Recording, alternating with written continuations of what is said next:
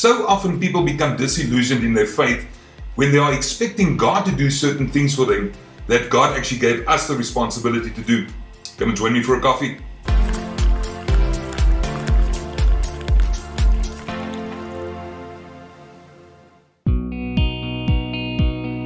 Good morning, welcome to Morning Coffee.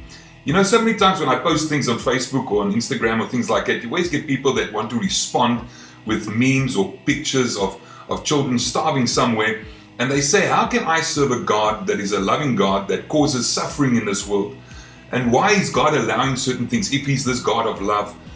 And you know, so many times I have to look at the question being asked and understanding or misunderstanding how people respond to what our responsibility is. And many times we are looking at God to do certain things, but He says, don't look at me. What have I given you the responsibility to do? Where do I get this? Well, let's start at the beginning. In Genesis chapter 1, verse 26, it says, Then God said, Let us make man in our image, according to our likeness. Let them have dominion over the fish of the sea, over the birds of the air, and over the cattle, over all the earth, and over every creeping thing that creeps on the earth.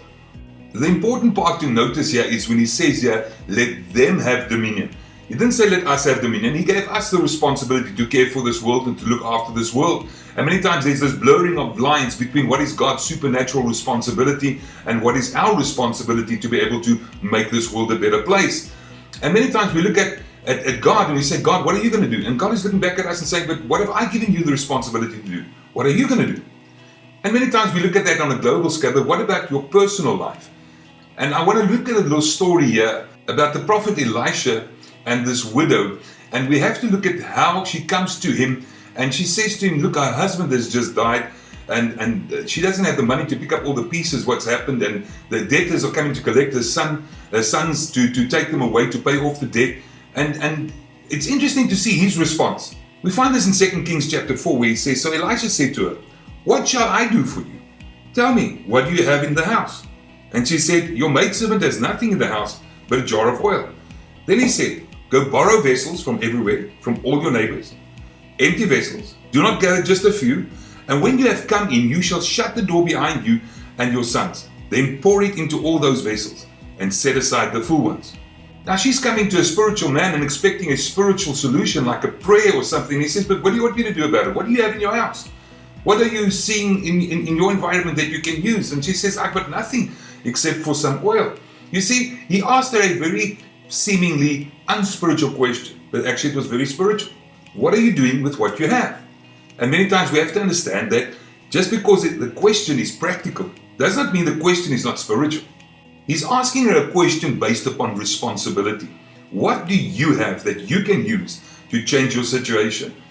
And you must understand that this taking of responsibility is many times what unlocks the miracle in your life. Being able to take the responsibility for what has been placed in your hands, what is in your house. And she said, but I've got nothing except for some oil. She was undervaluing something that God could use in her life. Maybe so many times we undervalue certain things that God has placed already in our lives. Maybe it's possible that your miracle, your breakthrough is already in your life, but you've got a talent or a gift or something in your life that you're not using to its full potential. So you're undervaluing it and you're not seeing what God can do with that little bit of oil or that little bit of talent or that little bit of willingness, because I have to take the responsibility. And you have to understand a very important principle here. God does what I cannot do, but God does not do what I'm unwilling to do.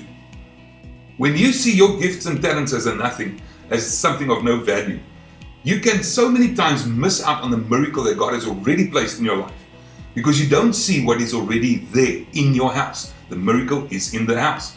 And so many times we have to look at our own responsibility. What has God given us the responsibility? What has God given you the responsibility for? That you're not seeing the potential of it.